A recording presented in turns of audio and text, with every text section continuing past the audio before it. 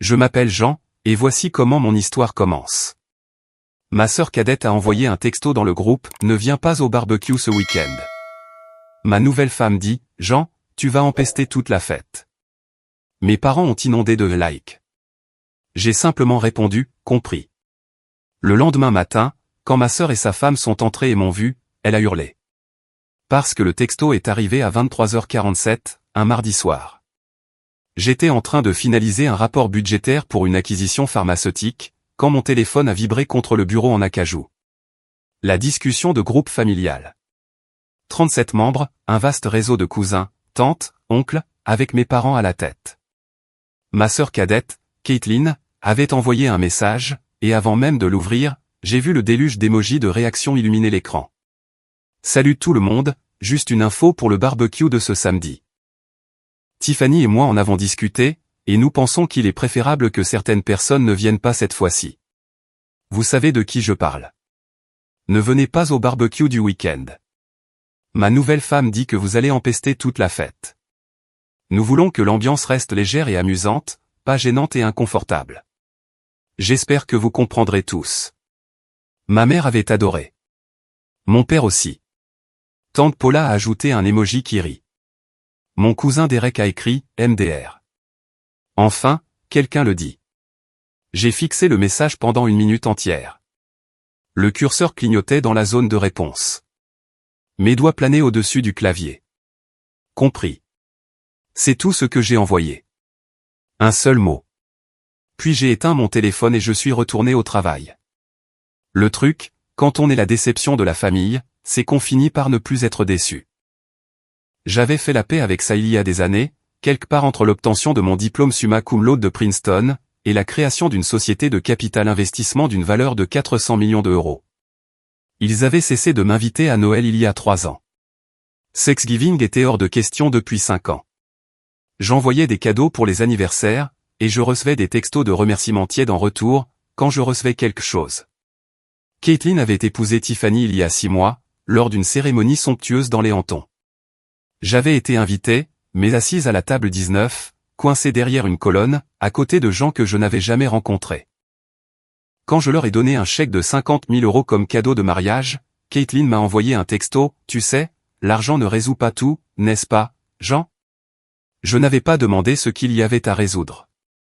Ce qu'il ne savait pas, ce qu'il n'avait jamais pris la peine de demander, c'est que je travaillais depuis 3 ans sur un projet qui dépassait les rapports de résultats trimestriels et les portefeuilles d'investissement. Un projet qui comptait, d'une manière que les feuilles de calcul ne pouvaient pas capturer. Mon entreprise avait acquis une petite société de biotechnologie en 2019. Il développait un traitement pour une maladie génétique rare, la maladie de Crabbe, qui touche les nourrissons et s'avère généralement mortelle avant l'âge de 2 ans. La science était prometteuse, mais le financement s'était tari. Les géants pharmaceutiques ne voulaient pas y toucher, car la population de patients était trop faible pour justifier l'investissement. Wall Street considérait cela comme une œuvre de charité. J'ai vu quelque chose de différent. J'ai vu la fille de ma cousine Beth, morte de la maladie de Crabbe à l'âge de 18 mois. J'ai vu les parents et les groupes de soutien en ligne, suppliant pour un espoir. J'ai vu un problème que l'argent pouvait réellement résoudre, si l'on était prêt à accepter un horizon de 10 ans au lieu de 10 trimestres. Alors, j'ai racheté l'entreprise, j'ai investi 60 millions d'euros dans la recherche et le développement, j'ai réuni une équipe de chercheurs de Johns Hopkins et de Stanford, et j'ai travaillé avec la FDA pour accélérer les essais cliniques. Le traitement ne guérirait pas la maladie de Crabbe, mais il pourrait prolonger la vie de ses enfants. Leur donner des années, au lieu de mois. Dans 3 jours, la FDA devait annoncer sa décision concernant l'approbation. Je n'en avais parlé à personne dans ma famille. À quoi bon? Ils avaient clairement montré, au fil des ans, que mon travail était quelque chose à tolérer, pas à célébrer. Quand j'étais allé à la fête d'anniversaire de mon neveu il y a 2 ans, mon père m'avait présenté à ses amis golfeurs comme notre fille, Jean, qui joue avec les chiffres. Quand j'ai essayé d'expliquer ce que je faisais, ma mère m'a coupé pour me demander si j'avais rencontré quelqu'un de spécial récemment. Toujours marié à ton travail, Jean? Je vois, avait-elle dit, en souriant de cette manière qui n'était pas vraiment un sourire. Après le texto de Caitlin, je me suis plongé dans la préparation de l'annonce de la FDA. Mon équipe juridique travaillait d'arrache-pied pour s'assurer que toute la documentation était impeccable. le docteur Angela Morrison, notre chercheuse principale, m'appelait tous les soirs avec des nouvelles qui allaient de l'optimisme prudent à la terreur d'avoir manqué quelque chose de crucial. La science est solide, ne cessait-elle de répéter. L'essai a dépassé les attentes, mais on ne sait jamais avec la FDA. Nous avons tout fait correctement, l'assurais-je. Quoi qu'il arrive, nous avons donné une chance à ces familles. Le jeudi après-midi, j'ai reçu un appel de mon assistante. Votre mère est sur la ligne 2. Elle dit que c'est urgent. J'ai failli ne pas répondre, mais les vieilles habitudes ont la vie dure, et une partie de moi sursautait encore quand ma mère appelait. Allô? Oh, bien, Jean. Tu es en vie. Nous n'avions pas de nouvelles. Sa voix portait cette note perpétuelle de déception, comme si j'avais personnellement gâché sa journée par ma simple existence. Écoute, à propos de samedi. Caitlin m'a dit que tu avais répondu à son message. C'est exact. Eh bien, ne sois pas dramatique. Tu sais comment elle est. Tiffany est stressée par la fête, et Caitlin veut juste que tout soit parfait. Elles sont encore jeunes mariées. Tu comprends? J'ai dit que je comprenais, n'est-ce pas? Mais j'appelle parce que nous ne voulons pas que tu te sentes exclu. Tu peux toujours venir si tu veux. Mais peut-être ne reste pas trop longtemps, et essaie de ne pas parler de travail. Personne ne veut t'entendre parler d'actions et d'obligations à un barbecue familial, Jean. Quelque chose en moi s'est cristallisé à ce moment-là. Une clarté que je n'avais pas ressentie depuis des années. J'apprécie ton appel, maman, mais j'ai des projets pour samedi. Des projets? Elle semblait sincèrement surprise, comme si j'existais dans un vide lorsque je ne participais pas aux événements familiaux. Quel genre de projet? Professionnel? Rien qui ne t'intéresserait. Eh bien, si ce n'est que du travail, tu peux l'annuler. La famille passe avant tout. Pas cette fois. J'ai raccroché avant qu'elle ne puisse répondre. Le vendredi a apporté la nouvelle que j'attendais. Le docteur Morrison a appelé à 6h10, pleurant si fort que je pouvais à peine la comprendre. Nous l'avons eu, sanglotait-elle. L'approbation de la FDA est arrivée. Approbation complète, pas conditionnelle. Le traitement fonctionne. Nous allons sauver des vies. Je me suis assise par terre, dans mon appartement, et j'ai pleuré avec elle. 3 ans et demi de travail. 60 millions d'euros. Des centaines de personnes consacrant leur expertise et leur passion. Et maintenant, des enfants qui seraient morts avant leur 2e anniversaire auraient une chance de voir leurs 5 ans, peut-être 10, peut-être plus. La science continuerait de s'améliorer, mais nous avions franchi une barrière. La conférence de presse est prévue pour samedi à 10h, a dit le docteur Morrison, après que nous nous soyons toutes deux ressaisis. La FDA veut que tu sois là. Moi aussi. Jean, c'est toi qui as rendu cela possible. Nous l'avons tous rendu possible, ai-je dit. Ne sois pas modeste. Pas aujourd'hui. Tu as mis ton argent et ta réputation en jeu pour des enfants que tu ne rencontreras jamais. Ça signifie quelque chose. La conférence de presse se tenait au Grand Hyatt de Manhattan. Les principaux médias avaient été invités. La FDA envoyait son commissaire adjoint. Les groupes de défense des patients amenaient des familles touchées par la maladie de Crabbe. Ce serait le plus grand moment de ma vie professionnelle, et possiblement la chose la plus significative que je ferai jamais. Le barbecue de Caitlin commençait à midi. Le timing était presque poétique. J'ai repensé à chaque instant qui m'avait mené ici. Les innombrables nuits passées à travailler après minuit, à examiner les données des essais cliniques avec le docteur Morrison et son équipe. Les batailles avec les investisseurs qui ne comprenaient pas pourquoi j'investissais des ressources dans un projet sans voie claire vers la rentabilité. Mon directeur financier m'avait qualifié d'imprudente. Les membres de mon conseil d'administration avaient exprimé des inquiétudes quant à leurs responsabilités fiduciaires. Un éminent capital risqueur m'avait dit que je laissais mes émotions obscurcir mon jugement commercial. Mais il ne voyait pas les chiffres que je voyais, la valeur d'une vie humaine, la valeur de l'avenir d'un enfant, le prix de l'espoir quand on est un parent qui regarde son bébé mourir. Ces calculs ne rentraient pas dans des feuilles de calcul, mais ils comptaient plus que n'importe quel rapport de résultats trimestriels. Il y avait eu des revers en cours de route. Un essai raté en 2e année qui nous a retardé de 18 mois. Un problème de fabrication qui a failli tout faire dérailler. Des obstacles réglementaires qui semblaient conçus pour écraser l'innovation sous le poids de la bureaucratie. Chaque obstacle avait semblé insurmontable à l'époque, mais nous avons persévéré, car l'alternative était impensable. Je me souviens d'être assise dans mon bureau à 3 heures du matin, une nuit particulièrement sombre, en lisant un email d'une mère dont la fille venait d'être diagnostiquée avec la maladie de Crabbe. Elle avait trouvé mon nom par le biais de la communauté de recherche, et m'avait contacté avec un espoir désespéré. « Je sais que vous travaillez sur quelque chose », écrivait-elle. « Je sais que ce n'est pas encore prêt, mais s'il vous plaît, dépêchez-vous. Ma petite fille a 8 mois. Nous n'avons pas beaucoup de temps. Sa fille est morte 3 semaines plus tard. Nous étions encore à 2 ans de l'approbation de la FDA. J'avais porté ce poids depuis. Chaque retard, chaque revers, chaque obstacle bureaucratique signifiait que d'autres enfants mouraient, pendant qu'un traitement efficace restait bloqué dans les limbes réglementaires. La FDA avait ses processus pour de bonnes raisons, la sécurité des patients, des tests rigoureux, l'intégrité scientifique. Mais quand on fait la course contre la mortalité infantile, chaque jour semble une éternité. L'email de cette mère était encadré dans mon bureau, un rappel de l'enjeu. Sa fille s'appelait Sophie. Elle n'a jamais vu son premier anniversaire, n'a jamais fait ses premiers pas, n'a jamais dit maman ou papa. Mais grâce à Sophie, et à des enfants comme elle, 47 autres enfants auraient des chances qu'elle n'a jamais eues. J'ai passé le vendredi soir à préparer mon discours. Je ne suis pas doué pour parler en public. Je préfère les chiffres aux mots, les données aux émotions, mais c'était trop important pour le bâcler. J'ai écrit et réécrit, essayant de trouver un langage qui capture ce que cela signifiait, sans paraître prétentieuse. Vers 23 heures, mon téléphone a vibré. La discussion de groupe familial s'était de nouveau animée. Caitlin avait posté une photo de son jardin, tout décoré de guirlandes lumineuses et de lanternes en papier. Tellement hâte d'être à demain. Ça va être une journée incroyable avec nos personnes préférées. Ma mère a commenté, si fière de vous et de Tiffany pour l'organisation. Mon père a ajouté, le prix de la meilleure fille revient à Caitlin. Tante Paula a renchéri, j'ai hâte. Dois-je apporter de la salade de pommes de terre ou du coleslaw? Cousin Derek, les deux. J'apporte mes fameuses côtes levées. Ils ont échangé pendant 1 heure, planifiant le menu et discutant de qui apporterait quoi. Personne n'a mentionné mon nom. Personne n'a reconnu mon absence.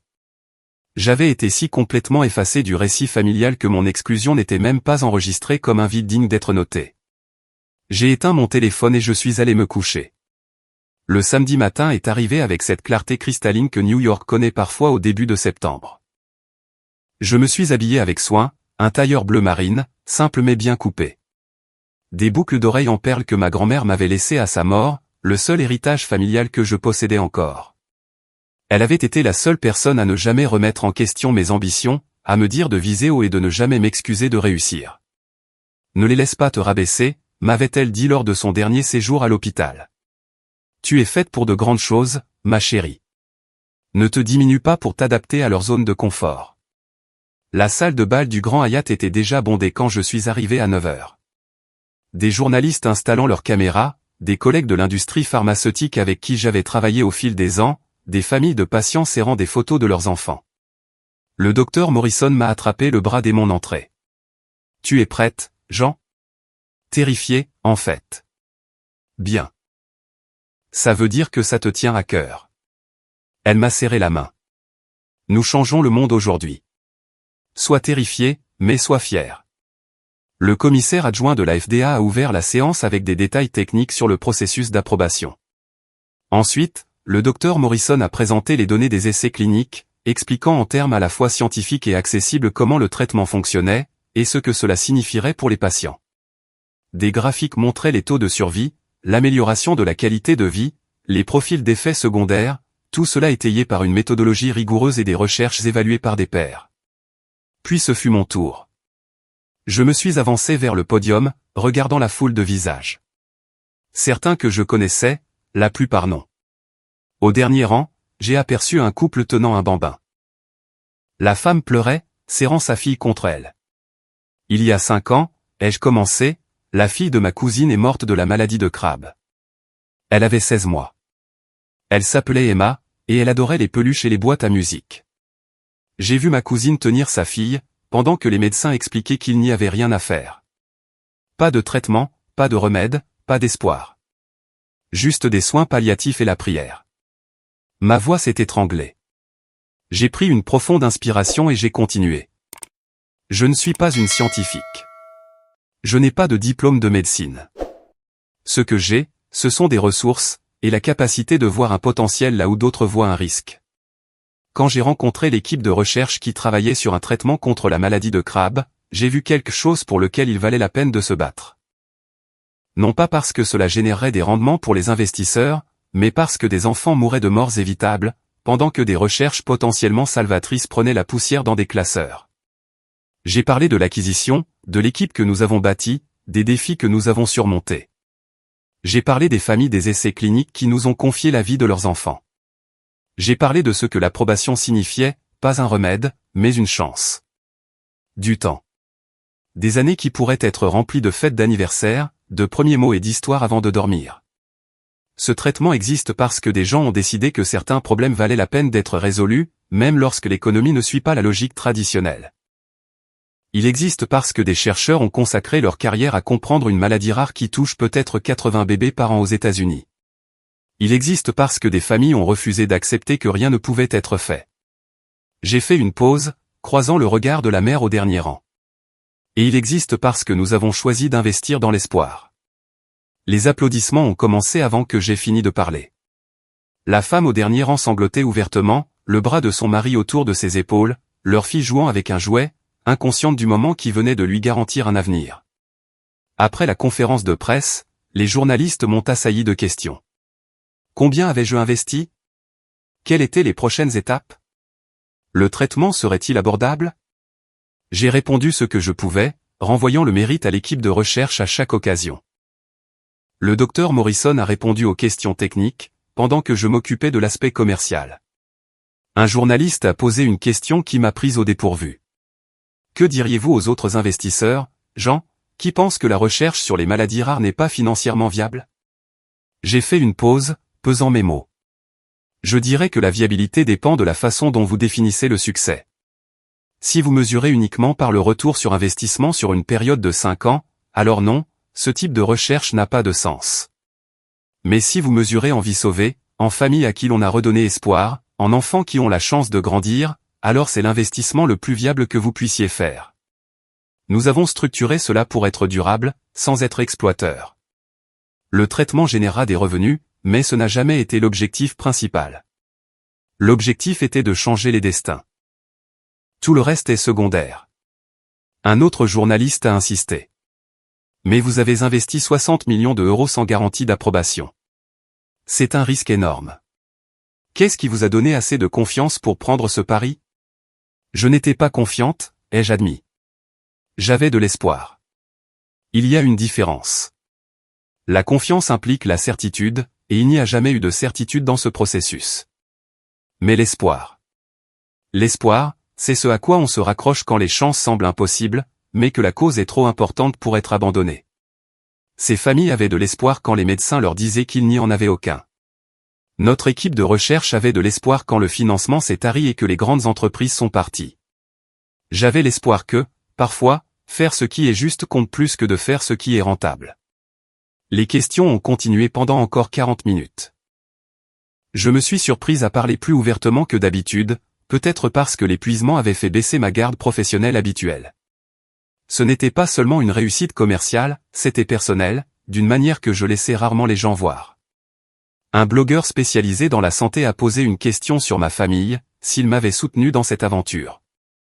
La question m'a frappé comme un coup de poing au sternum. Ma famille et moi avons des définitions différentes du succès, ai-je dit prudemment. Ils ont eu leur propre chemin, et j'ai eu le mien. Ce travail a été fait de manière indépendante, motivé par une conviction personnelle plutôt que par une validation externe. Le blogueur a semblé perplexe face à ma réponse diplomatique, mais il est passé à une question sur les projets futurs. Vers 13 heures, mon assistante m'a trouvé dans une salle annexe où je m'étais réfugié pour un moment de calme. « Votre téléphone n'arrête pas de sonner », m'a-t-elle dit en me le tendant.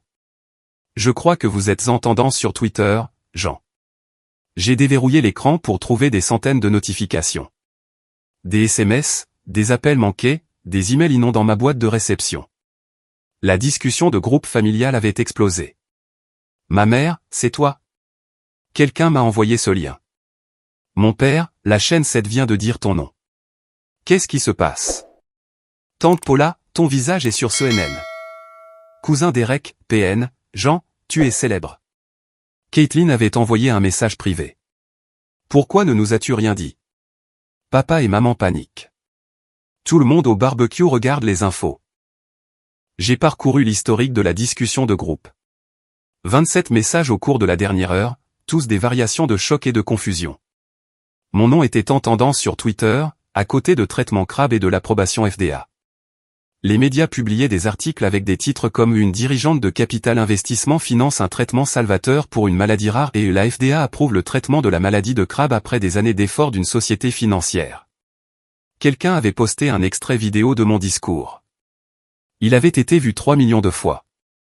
J'ai rangé mon téléphone sans répondre. Le reste de l'après-midi s'est déroulé dans un tourbillon. D'autres interviews, d'autres félicitations de collègues, des remerciements émus de parents qui se battaient pour la survie de leurs enfants. Une mère m'a attrapé les mains et a dit « Vous nous avez rendu l'avenir de notre fille ». Un père m'a dit que son fils pourrait maintenant aller à l'école maternelle, quelque chose qu'il n'avait jamais osé espérer. Quand je suis rentré à mon appartement à 20h, j'étais épuisé, émotionnellement et physiquement. J'ai enlevé mes talons, je me suis servi un verre de vin, et je me suis enfin permis de ressentir tout le poids de la journée. Mon téléphone a sonné. Ma mère. Je l'ai laissé aller sur la messagerie vocale. Il a sonné de nouveau, immédiatement. Mon père. Messagerie vocale. Un SMS de Caitlin, peux-tu s'il te plaît t'appeler maman? Elle est vraiment contrariée. Un autre SMS, tout le monde parle de toi. Le barbecue s'est pratiquement arrêté pour qu'on puisse regarder les infos. C'est tellement gênant. Un SMS de ma mère, nous sommes si fiers de toi. Pourquoi ne nous as-tu pas dit sur quoi tu travaillais? Appelle-moi dès que possible, Jean. J'ai éteint mon téléphone et j'ai pris un bain. Le silence était profond. Pendant des années, j'avais couru après une forme d'acceptation de la part de gens qui avaient clairement indiqué que je ne correspondais pas à leur vision de qui je devais être. L'ironie ne m'a pas échappé. Ils m'ignoraient quand je construisais tranquillement quelque chose de significatif. Mais maintenant que les caméras étaient là et que des étrangers étaient impressionnés, soudain, j'étais digne d'être revendiqué. J'ai de nouveau pensé à ma grand-mère, à notre dernière conversation avant sa mort. Elle était faible, sa voix à peine plus qu'un murmure, mais sa poigne sur ma main avait été étonnamment forte. « N'attends pas leur permission pour être fier de toi », m'avait-elle dit. « Ils t'aiment, Jean, mais ils ne te comprennent pas. Ce sont deux choses différentes, et tu ne peux pas laisser la seconde te détruire. » Et si je veux les deux, avais-je demandé. Et si je veux qu'ils m'aiment et qu'ils me comprennent? Elle avait souri tristement. Alors tu passeras ta vie à être déçue, ma chérie. Certaines personnes ne savent aimer que ce qui leur est familier. Quand tu deviens quelque chose qu'ils ne peuvent pas catégoriser, ils ne savent pas quoi faire de toi. C'est leur limite, pas ton échec. À l'époque, j'avais pensé qu'elle était pessimiste. Maintenant, je comprenais qu'elle m'avait préparé à ce moment précis, le moment où le succès les ferait revenir en courant, non pas par un lien authentique, mais par gloire réfléchie. L'eau du bain était devenue froide quand je suis sorti. Je me suis enveloppé dans un peignoir et j'ai préparé un thé, assise près de la fenêtre de mon appartement, regardant les lumières de la ville. Quelque part là dehors, 47 enfants étaient en vie, parce que j'avais refusé d'accepter le statu quo. Cela comptait plus que n'importe quel barbecue familial ne pourrait jamais le faire. Le dimanche matin a apporté une paix que je n'avais pas connue depuis des années. J'ai fait du café, j'ai lu les articles de presse sur l'approbation, et j'ai répondu aux emails de collègues et d'amis qui m'avaient félicité. Vers 11h, j'ai finalement rallumé mon téléphone. 63 appels manqués, 89 SMS, 12 messages vocaux. Je les ai parcourus méthodiquement, notant des schémas. Ma mère avait appelé 19 fois. Caitlin, 16, mon père, 14. Tante Paula a laissé un message vocal disant qu'elle avait toujours su que j'étais spécial et qu'elle avait hâte de parler de sa nièce à ses amis. Mon cousin Derek a envoyé un SMS disant qu'il s'était vanté auprès de tout le monde au barbecue de me connaître. La discussion de groupe familial s'était transformée en quelque chose d'inconnaissable. Les gens postaient des liens vers des articles de presse sur moi, partageaient la vidéo de mon discours, commentaient mon tailleur, ma coupe de cheveux, et se demandaient si j'avais grandi. Quelqu'un a dit que j'avais l'air vraiment professionnel sur les photos. Quelqu'un d'autre a dit qu'ils avaient toujours su que j'irais loin. Ma mère a posté, si bénie d'avoir une fille si accomplie. Nous avons toujours encouragé Jean à rêver grand. Mon père, fier, ne commence même pas à décrire ce que je ressens. C'est notre fille.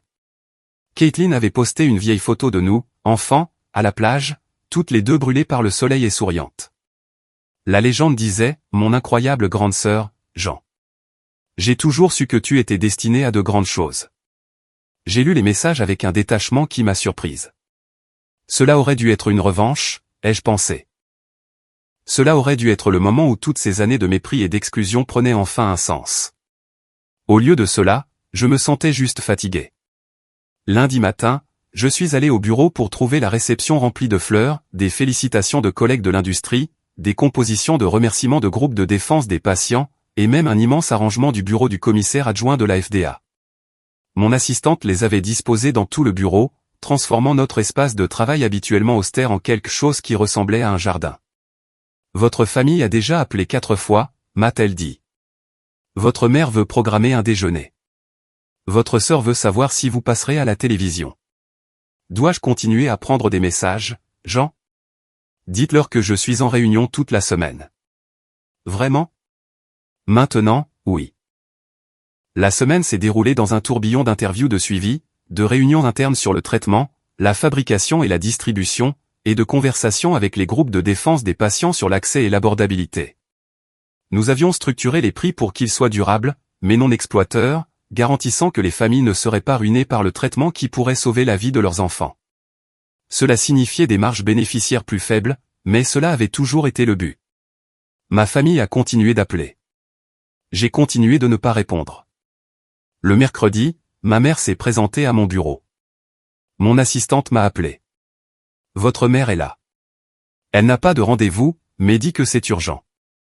J'ai envisagé de dire que je n'étais pas disponible, mais certaines habitudes sont trop ancrées pour être complètement rompues. Faites-la entrer. Ma mère est entrée, vêtue de ce que j'ai reconnu comme sa tenue des grandes occasions, une robe de créateur qu'elle gardait pour les mariages et les anniversaires importants. Elle portait un sac cadeau et un sourire qui n'atteignait pas tout à fait ses yeux. Le sac venait de chez Berdorf Goodman. Cher et soigneusement choisi. J'ai reconnu le schéma. C'était son langage d'excuses, des offrandes matérielles au lieu d'une véritable responsabilité. En grandissant, après des disputes ou des déceptions, des cadeaux apparaissaient. Une nouvelle robe après qu'elle ait manqué mon concours de débat. Un collier après avoir oublié ma cérémonie de remise de diplôme. Une montre après qu'elle m'ait présenté comme notre fille carriériste, genre à une fête, la phrase dégoulinant de déception. J'avais cessé d'accepter ces offrandes de paix il y a des années, mais elle n'avait jamais cessé de les offrir. Ma chérie, a-t-elle dit, s'avançant pour me serrer dans ses bras. J'ai reculé légèrement, gardant le bureau entre nous. Salut, maman. J'ai essayé de te joindre toute la semaine. Tu es une femme difficile à attraper, Jean. Elle a ri légèrement, posant le sac cadeau sur mon bureau. Je t'ai apporté quelque chose. Juste un petit quelque chose pour te dire à quel point nous sommes fiers. Je ne l'ai pas ouvert. Que puis-je faire pour toi, maman? Elle a légèrement vacillé à mon ton, mais s'est vite reprise. Je voulais parler de samedi, du barbecue. Évidemment, si nous avions su pour ta grande annonce, nous aurions planifié différemment. Caitlin se sent terriblement mal pour le texto qu'elle a envoyé. Tu sais comment elle est, Jean. Elle ne le pensait pas, elle pensait exactement ce qu'elle a dit. Eh bien, oui, mais le contexte compte. Elle est stressée avec son nouveau mariage, et Tiffany a été difficile sur les listes d'invités, et il y a eu des tensions. Tu comprends? Je comprends. C'est pour ça que je ne suis pas venu. Le sourire de ma mère s'est crispé. C'est vrai. Mais tu aurais pu nous parler de l'affaire de la FDA. Nous aurions été là pour te soutenir. Au lieu de ça, nous l'avons appris aux informations, comme des étrangers. Sais-tu ce que ça fait? Quelque chose s'est cristallisé dans ma poitrine. Froid, tranchant, final. Ce que ça fait? Ai-je répété lentement. Tu veux parler de sentiments? Je dis juste que. Vous m'avez exclu de Noël pendant 3 ans. Vous ne m'avez pas invité à Thanksgiving depuis 5 ans. Vous m'avez assise derrière une colonne au mariage de Caitlin et avez traité mon cadeau comme une insulte. Vous m'avez présenté à vos amis comme notre fille Jean, qui joue avec les chiffres. Vous avez clairement indiqué que ma présence aux événements familiaux est au mieux tolérée, au pire non désirée. Et maintenant, tu veux parler de ce que ça a fait d'apprendre ma réussite professionnelle aux informations? Le visage de ma mère a rougi. Ce n'est pas juste. Nous t'avons toujours soutenu. Vous avez soutenu la version de moi que vous vouliez que je sois, la fille qui se marierait, aurait des enfants et un travail respectable que vous pourriez expliquer lors de cocktails. Quand je suis devenu quelqu'un de différent, quelqu'un qui réussissait d'une manière que vous ne compreniez pas, vous vous êtes désintéressé. Vous avez cessé de poser des questions sur mon travail. Vous avez cessé de m'inviter. Vous m'avez fait sentir comme une obligation, au lieu d'une fille. Ce n'est pas vrai. Si, c'est vrai, et je l'ai accepté. J'ai fait la paix avec ça il y a des années. J'ai construit une vie qui ne nécessitait ni votre approbation ni votre présence. J'ai trouvé un sens dans un travail qui compte, dans la résolution de problèmes qui semblaient impossibles, dans l'utilisation de mes ressources pour aider les gens qui en avaient besoin. J'ai fait un geste vers les fleurs qui remplissaient mon bureau. Voilà à quoi ressemble l'épanouissement pour moi. Pas des barbecues où je ne suis pas invité. Pas des fêtes où je suis une pensée après coup. Pas des discussions de groupe familial où tout le monde adore un message me disant que je vais empester la fête. Les yeux de ma mère se sont remplis de larmes. Nous avons eu tort. Je le vois maintenant. Quand nous t'avons vu à la télévision, vu ce que tu avais accompli, vu ces familles te remercier. J'ai réalisé que nous t'avions terriblement traité. Je veux réparer ça. Nous te voulons de retour dans la famille, Jean. Parce que maintenant, je vaux la peine d'être là. Ce n'est pas ce que je voulais dire. Mais c'est ce que tu veux dire. Tu ne voulais pas de moi quand j'étais juste la fille qui travaillait trop et ne correspondait pas à ton image du succès. Maintenant que j'attire l'attention des médias et la reconnaissance publique, soudain, je suis de nouveau précieuse. Soudain, je suis quelqu'un que vous voulez revendiquer. Elle a tendu la main par-dessus le bureau, comme si elle voulait prendre la mienne, mais j'ai reculé. S'il te plaît, dit-elle doucement. Ne nous punis pas pour toujours. Nous avons fait des erreurs. Nous sommes humains. Ne pouvons-nous pas aller de l'avant? J'ai pensé à Emma, la fille de ma cousine, morte avant de pouvoir marcher. J'ai pensé aux familles à la conférence de presse, aux parents qui avaient passé des années à se faire dire que rien ne pouvait être fait pour leurs enfants. J'ai pensé à l'équipe du docteur Morrison, travaillant 80 heures par semaine parce que la science comptait plus que le salaire. Je ne vous punis pas, dis-je tranquillement. Je me protège. Vous m'avez montré qui vous étiez, au fil d'années de petits dédains et d'exclusion. Une grande réussite n'efface pas ce schéma. Cela prouve simplement que votre amour est conditionnel, dépendant du fait que j'ai fait quelque chose d'assez impressionnant pour le mériter. Tout amour parental est conditionnel, dans une certaine mesure. Non, l'interrompis-je. Vraiment pas. J'ai vu des parents, lors d'essais cliniques, tenir des enfants qui risquaient de ne pas survivre à l'année. Ces parents se fichent que leurs enfants deviennent PDG ou gagnent des prix Nobel. Ils veulent juste que leurs enfants vivent, qu'ils aient une chance d'avoir un bonheur ordinaire. C'est ça, l'amour inconditionnel. Je l'ai regardé dans les yeux. Ce que vous offrez, c'est de l'approbation, et seulement quand j'ai accompli quelque chose dont vous pouvez vous vanter. Ma mère pleurait maintenant ouvertement, le mascara coulant sur ses joues. Alors, que se passe-t-il maintenant? Tu nous coupes les ponts pour toujours? Je ne sais pas encore. Mais je sais que je ne me précipiterai pas dans une dynamique qui m'a fait me sentir moins que rien pendant la majeure partie de ma vie d'adulte. Si vous voulez une relation avec moi, elle doit être construite sur qui je suis vraiment, pas sur ce que j'ai accompli ou sur la façon dont cela se reflète sur vous. Et honnêtement, je ne suis pas sûr que vous en soyez capable. Elle est restée là un long moment, pleurant en silence. Puis elle a ramassé le sac cadeau qu'elle avait apporté et s'est dirigée vers la porte. Je suis désolée, a-t-elle dit sans se retourner. Pour tout. Je suis désolé, Jean. Après son départ, je suis restée assise à mon bureau pendant 1 heure, regardant la ligne d'horizon de Manhattan. Mon assistante a apporté du thé. Je ne l'ai pas bu. Mon téléphone a vibré d'appels auxquels je n'ai pas répondu. Ce soir-là, j'ai écrit un message dans la discussion de groupe familial. J'apprécie le flot de soutien cette semaine. Cependant, je dois être clair sur quelque chose. Mon travail sur le traitement de la maladie de Crabbe n'a pas été fait pour la reconnaissance ou l'approbation. Il a été fait parce que des enfants mouraient et que j'avais les ressources pour aider. Je suis reconnaissante que cela ait réussi, mais ma valeur en tant que personne n'est pas déterminée par les annonces de la FDA ou la couverture médiatique. J'ai passé des années à me sentir comme une étrangère dans cette famille, et une réussite professionnelle ne change pas cette histoire. J'ai besoin d'espace pour déterminer quelle relation, si tant est qu'il y en ait une, je veux avoir avec des gens qui ne semblent s'intéresser à moi que lorsque je réussis publiquement. J'espère que vous pourrez respecter cela. Je l'ai envoyé avant de pouvoir me raviser. Les réponses sont arrivées rapidement. Tante Paula, c'est vraiment injuste. Cousin Derek, personne n'a dit que tu n'as de la valeur que lorsque tu réussis, Jean. Mon père, pouvons-nous s'il te plaît en discuter en personne, plutôt que dans une discussion de groupe?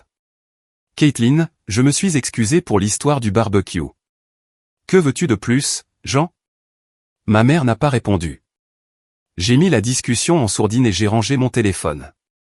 Au cours des semaines suivantes, la vie a repris un nouveau rythme. L'attention médiatique s'est estompée, le cycle des nouvelles passant à autre chose. La fabrication du traitement de la maladie de Crabbe s'est intensifiée. Les familles ont commencé à recevoir des diagnostics qui changeaient leur vie, leurs enfants auraient un avenir au-delà de 2 ans.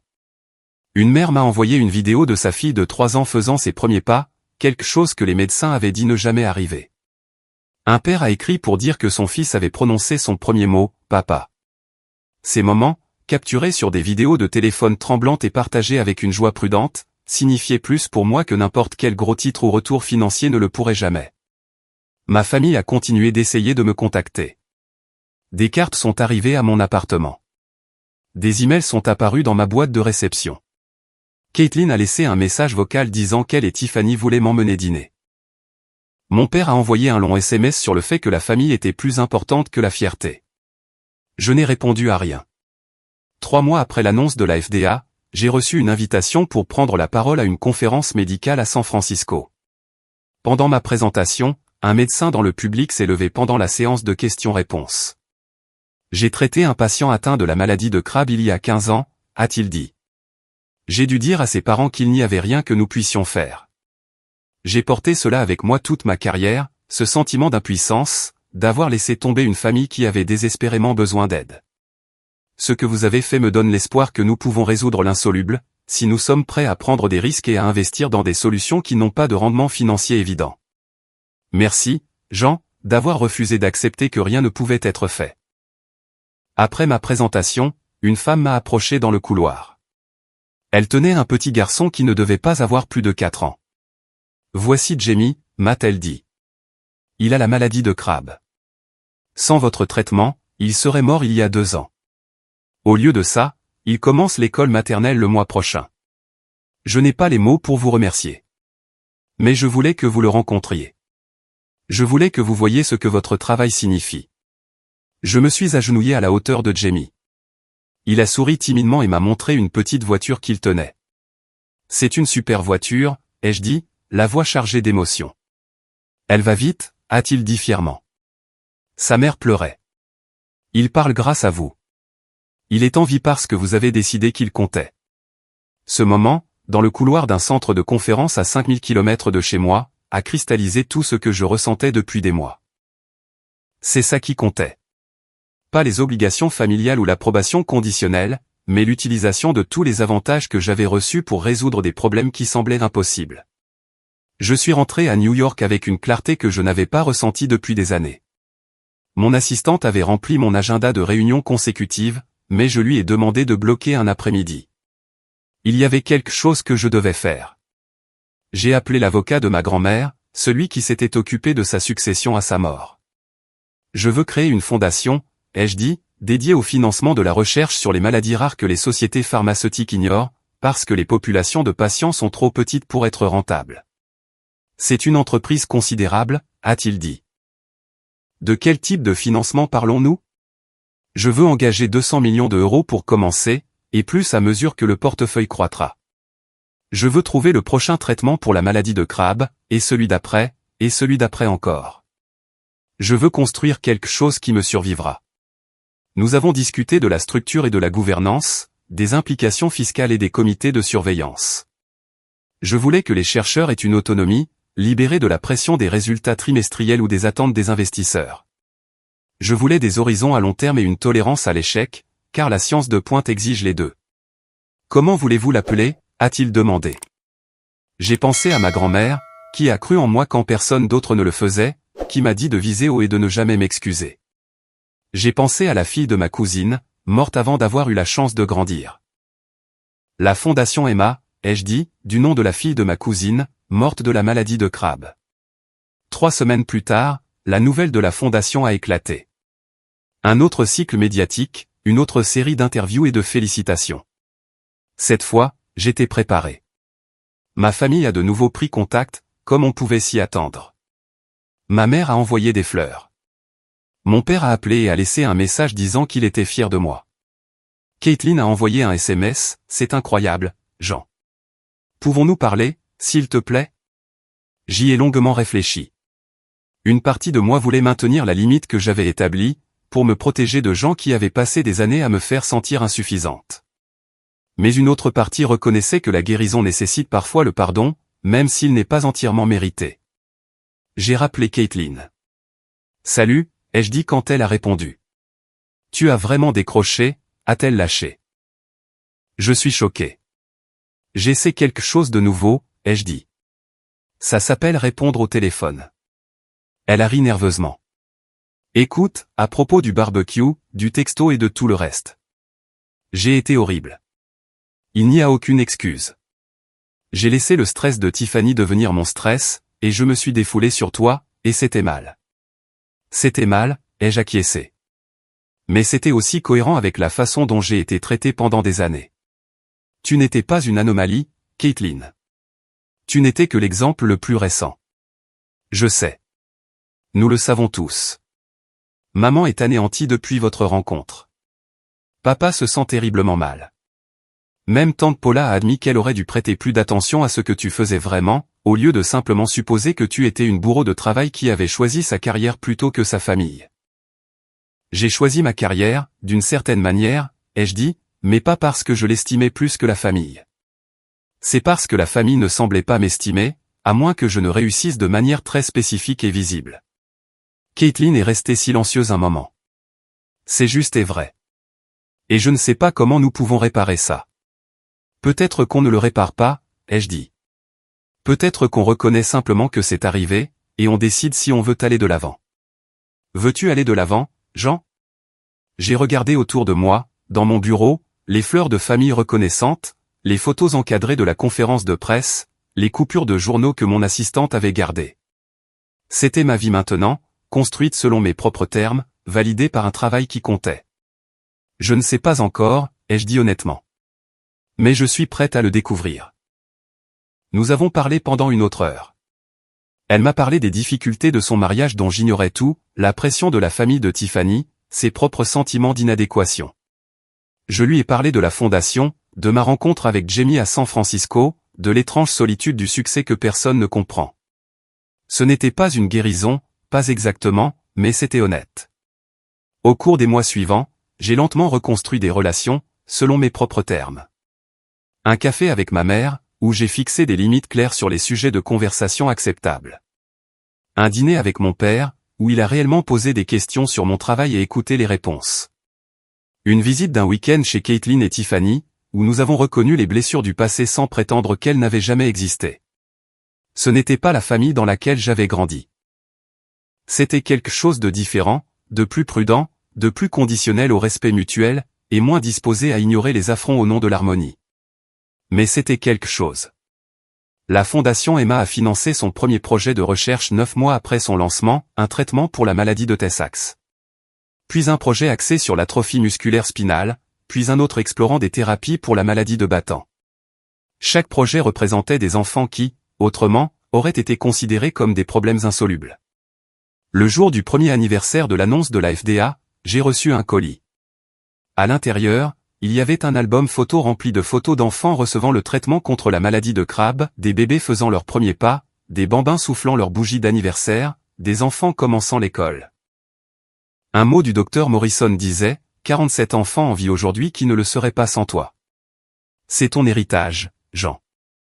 J'ai gardé l'album sur mon bureau, un rappel que certaines choses comptent plus que l'approbation familiale ou la reconnaissance publique. La valeur se mesure aux vies que vous touchez, et aux problèmes que vous refusez d'accepter comme insolubles. Et certaines fêtes ne valent pas la peine d'y assister.